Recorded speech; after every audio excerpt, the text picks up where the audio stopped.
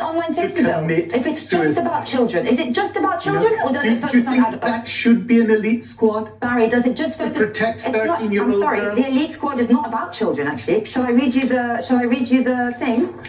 An elite squad of police officers is to monitor social media for anti-migrant sentiment. I don't think 13-year-olds are engaging that. So, is it also to monitor adults? Simple question, yes or no? Yes, of course it will. Okay, there we go. Look, sorry. I'm getting suspicious.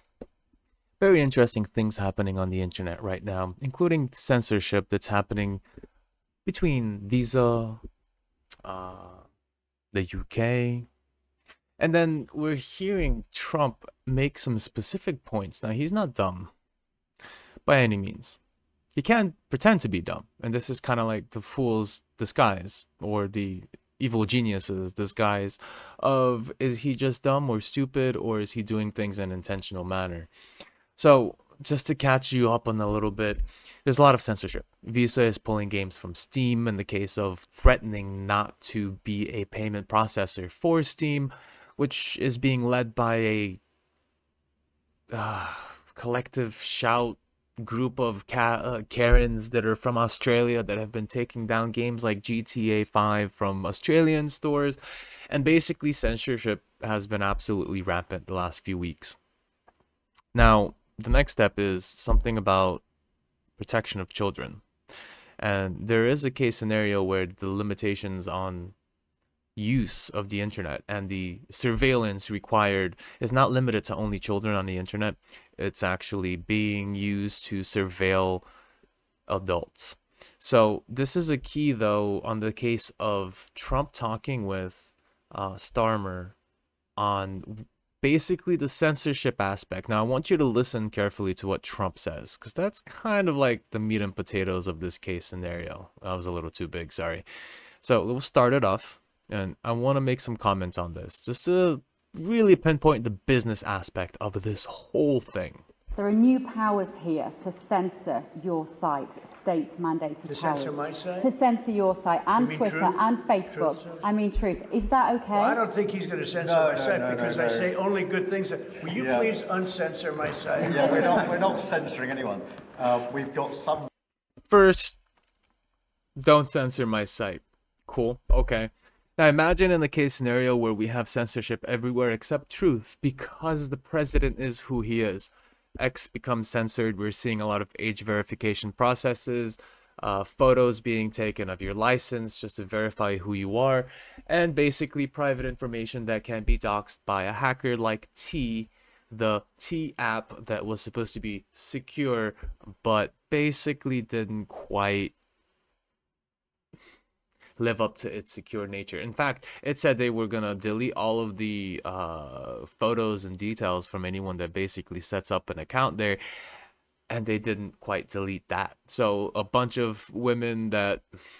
It's just such a freaking dramatic world right now. I hate speaking about this crap, but basically a bunch of women that probably had a bad experience with a date in some point or another, with a chat or who knows what, and they just got all fed up and decided to go on T and talk crap about people, guys, and now their information's leaked.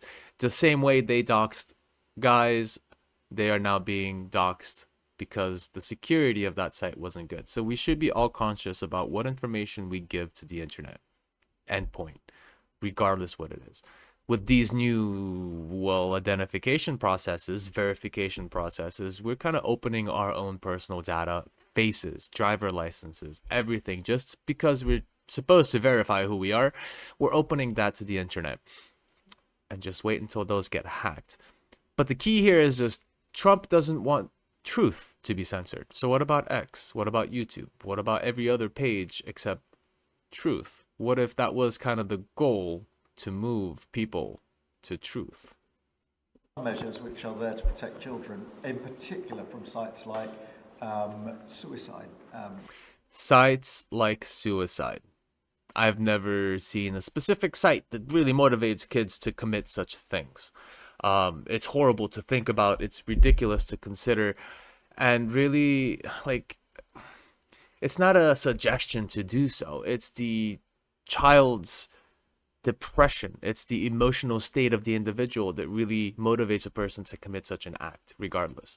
It's the way people treat them. It's the way that we are all cooked in our society to constantly be absolutely negative towards each other. The whole party division, gender division, all of these little divide and conquer strategies that we're being played through to basically separate us to be controlled a little bit easier. Because when we're united against the same enemy, well, we're a little bit difficult to handle because there's more of us than there are of them. So kids in that retrospect enter this internet and they can generally be discouraged or emotionally destabilized, but there's no particular site that does this. There's no one individual site. It's the harassment, it's the bullying, but even with verification, you cannot stop this. So in one case or another, this isn't about the kids. This isn't about those particular situations of a child committing such acts. It's more on the surveillance. And because lately it's been pretty crazy when it comes to a lot of locations like the UK, Spain, Germany, protests everywhere, a lot of immigration-based concepts happening here. We're starting to see a little bit of a focus on the censorship with the kind of gaslighting of the children, because that's how politics basically uses language to get things through as far as rules go. But it's very suspicious that now lately, with all the protesting of, well, immigration, we're starting to see these new censorship processes roll out, especially at such a fast degree. Literally within the last 2 or 3 weeks, everything from visa payments to certain products online, they can basically cut off any company that sells something. They've already tested that, and now countries monitoring on a high level everyone that does anything. And VPNs actually have become a huge selling point now. Like, there was a chart that basically showed an exponential growth in the VPN sales literally within the last month. So there is an interesting one, but it doesn't stop there. Listen to the next steps that Trump says. Sites. We've had too many cases in the United Kingdom of young children taking their own lives, and when you look through their social media, they've been accessing sites which talk about suicide and encouraging, if you like, children down that road. I don't understand. I've never seen, potentially I'm out of the loop, but I've never quite seen such types of content online. Again, it's a depressive factor. It's horrible to consider, for anyone to consider such an act. And if, that is a situation you're in, always good to have someone nearby, always good to contact the right people to help you through those tough times. But the tough times is what really encourages things. And when you see a lot of things happening around the world or in your own country, it tends to get pretty depressing for a lot of people. So I've never seen these sites that are specific to encouraging such acts, but I can see if he explained it in a way that it was certain subjects that are being pushed around on social media. There's a case scenario for having a social media account. I personally think as a teacher, most kids underneath 15, 16 are still learning social skills. They shouldn't be on social media. Social media is actually the worst place to learn social skills because it's not a one-to-one interaction. It's a bunch of fictional characters out there. And the end result is a pretty skewed perspective on how communication works on a human-to-human level. Everyone's behind a mask on the internet, and they act accordingly to whatever they feel like acting as. They don't quite represent anything human. They represent a constant... I mean, you just have to go in a game lobby and see how freaking retarded some people are. Excuse the word. But some people really, really act their age and have no concept of communication, clear communication. They're just quick to push buttons and call someone something or say you suck or whatever. Like, it's constantly a case scenario, even though the stats and the math at the end show obviously that they were the ones that were not keeping up with the match. Regardless, social media is the worst place to learn social skills. And therefore, I personally believe 16 plus, 18 plus is probably the ideal case for an individual who already has had a nice foundation of social interactions through school, through good parenting. This is really the key here. It's good parenting. It's not the iPad babies that are going to be really capable of much in the future. If you're an iPad baby, please try and work your way out of it, because that is a crutch. iPad is a consumer device. If anything, become a computer user, become a power user. Use the computer for the factor of its capabilities, of its production capabilities, not for the consumer capabilities that iPads are just one giant screen with a bunch of flashing images that will basically run your brain dry. We already know that Alzheimer's and a lot of brain-based diseases are due to a lot of people not stimulating their brain, and basically in the time of just TVs, more people that watch TVs, or a much more consistent TV watch time for a person, the higher chances that person is going to develop brain disease like Alzheimer's. Because there's no creativity. You're not thinking about what you're reading. You're not creating images in your head. You're not developing stories from the text, the pure basic text. You're not using your mind. You're just consuming whatever is provided to you. So that is the case scenario. Now, I keep pausing it, and I'm sorry, but there's a lot to say here. I think there's a lot of missing pieces to society, with people potentially needing to really get out of a bad cycle. And I really do believe we can. We just have to be self-aware of what we do, the good things we do and the bad things we do, and we need to nip those bad things in the bud very quick. That is what we want to stop. There's nothing about censoring free speech. But that treats all adults like children. This country is the proud. But that can treat all adults like children. Free speech in this country has been for a very long time. We're very, very proud of it. We will protect. The way he interrupts her, typical politicians' mannerisms of just diverge, deflect, and continue on pumping out ideas that are not necessarily true, but you have to repeat because that's what the dialogue you want to be is. Forever. But at the same time, I personally feel very strongly that we should protect our young teenagers, and that's what it usually is, from things like... Everyone is concerned about this. This is a constant concern. Parenting should be the first form of defense against any sort of issues on the internet. But parenting has become, as pre-mentioned, iPad babies. They're crying, put them on an iPad. Take them off the iPad, they're crying because they're not on the iPad, put them back on the iPad. Because parents don't want to have conflict with their children, and therefore they let their children do as they please, and therefore the children basically end up, well, growing themselves in the wrong way. And again, if you give a child sugar all his life, that's all he's going to eat. Doesn't mean it's a good thing. And if you give a child an iPad, they're going to watch that all day, every day, and it's not a necessarily good thing either. Suicide sites. I don't see that it's the as a free dopamine speech issue. I see that as a child protection We issue. actually passed a bill in Congress, headed up by my wife, actually, which was to pull bad stuff out having to do with children, because it is a problem. But I cannot imagine him censoring truth. There it is again. He's following up. He kind of like, when you're conversing with someone, you always follow up, you carry over what you're saying in a kind of like essay-like way. From paragraph, you end your thesis on that paragraph, and you go into the introduction of the next part of the sentence, or the next thought process you're going to. I think it's funny Trump just went back to Truth Social, as he did earlier, to kind of double emphasize on this case scenario. And then what he says here is very interesting. Oops. Social. This is more of a very political, and it's been a very big success. It's not going to happen. And I only say good things about him and his country, so if they censor me, you're making a mistake. If you censor me, you're making a mistake. So this will force the hand.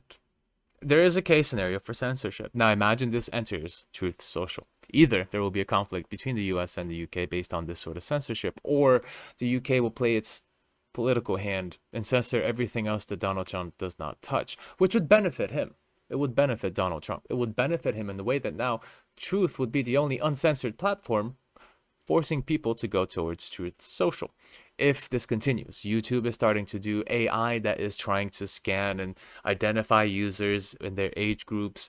X, I believe, is also for certain content needing to provide extra information, images of your face, of your ID. Anything that's basically in a registration nowadays is basically being converted to this verify process. So this is my kind of prediction. Either we have a conflict with the UK because the UK can't control itself on the censorship aspect, or they're going to let Trump kind of go on the side, and he will be the only uncensored source for information. Because if they start to censor Trump stuff, Well, he's not going to be happy. But they would be able to easily censor everyone else because they're not the president. So I'm really watching out for this. It's just so much bureaucratic dogpiling. Oh my god, I hate it so much, but it's so important. I know politics sucks. I hate politics, but we don't realize politics is what runs the world around us. This is the most important factor. Whether you hate or love politics, there's no escaping it. There's people that will use this tool that we've created as a society to either benefit themselves, the ones that are active in it, and then those that are apathetic and hate it, don't want to do it, don't care for it, will be the ones that follow along on a string. And this is the caveat, the two-sided blade. You can hate politics, that's fine, but you cannot be apathetic unless you just want to flow with the river and end up off the waterfall in a not so very elegant way. I really do hope people do realize how serious the situation is right now. And I hate talking about it. I really do. I hate. That's why I try not to get around politics. I try not to talk about bullshit, but this is very common. This is very common where the straw man distraction is being used to pass information for much bigger plans of the future.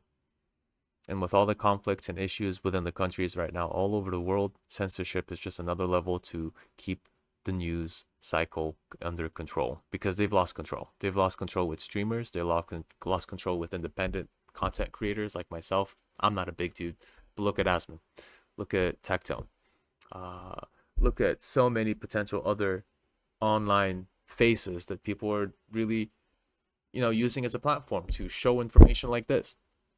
And it's not like we're pulling this out of our ass. This is video being recorded from another source that we can now start to speak on a less filtered manner as individuals, show our perspectives, and then create a dialogue behind it. It's important. It's very important to do so. And I think the individual is going to be slowly but surely squeezed from their ability to speak if this keeps going, if especially censorship keeps going. And I think it would be the next case where, Visa threatens X to, well, have a higher level of, what's the word? Censorship. Otherwise, they'll cut off any sort of payment processing. That's like the ultimate tool right there. These Karens really did find out how to really get everyone by the balls. And it's those payment processors. And I highly doubt those payment processors are doing this unwillingly, because I feel like that was the plan all along. They just needed a scapegoat for somebody to come in and say, hey, they're telling us 1,000 emails that they need or want these games censored. We're going to try our hand, dip our toes in the water, and see just how much we can censor before the people start to riot.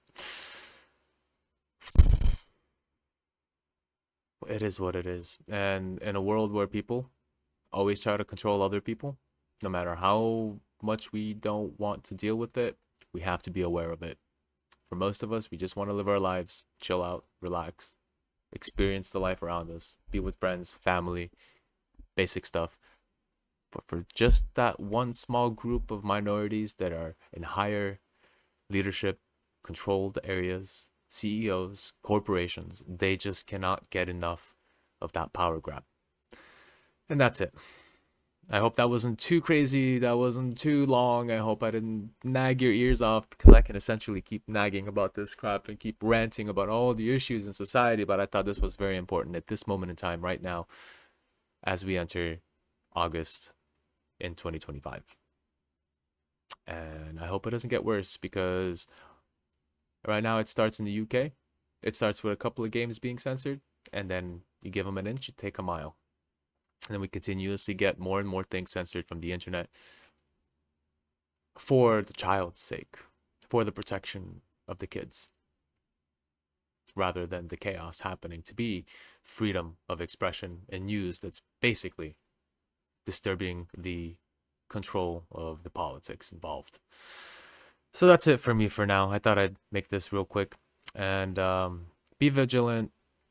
You know, talk to your congressman, write, be active. You don't have to go crazy, but you can send many emails, you can make many calls, anything that can show disturbance in the actions being taken. This is the one thing we can do right now to show where the people are. And a lot of people are calling Visa, they're calling MasterCard, they're tagging, taking up the phone lines, and basically repeating the same thing. You guys are taking away freedom of speech and expression, and we're going to take up your phone lines and make you basically feel the pain. Feel the pain.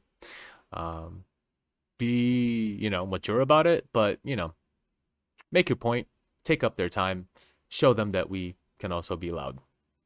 Not just like those Karens. Anyway, thanks for joining. I am so tired, but I have to keep track with these details online because, well, trading, news, information. Always got to be ahead of the game. I wouldn't recommend it because there's just so much crap out there. But I would recommend meditation to reset from this crap everywhere. Anyway, thank you. I'll see you later.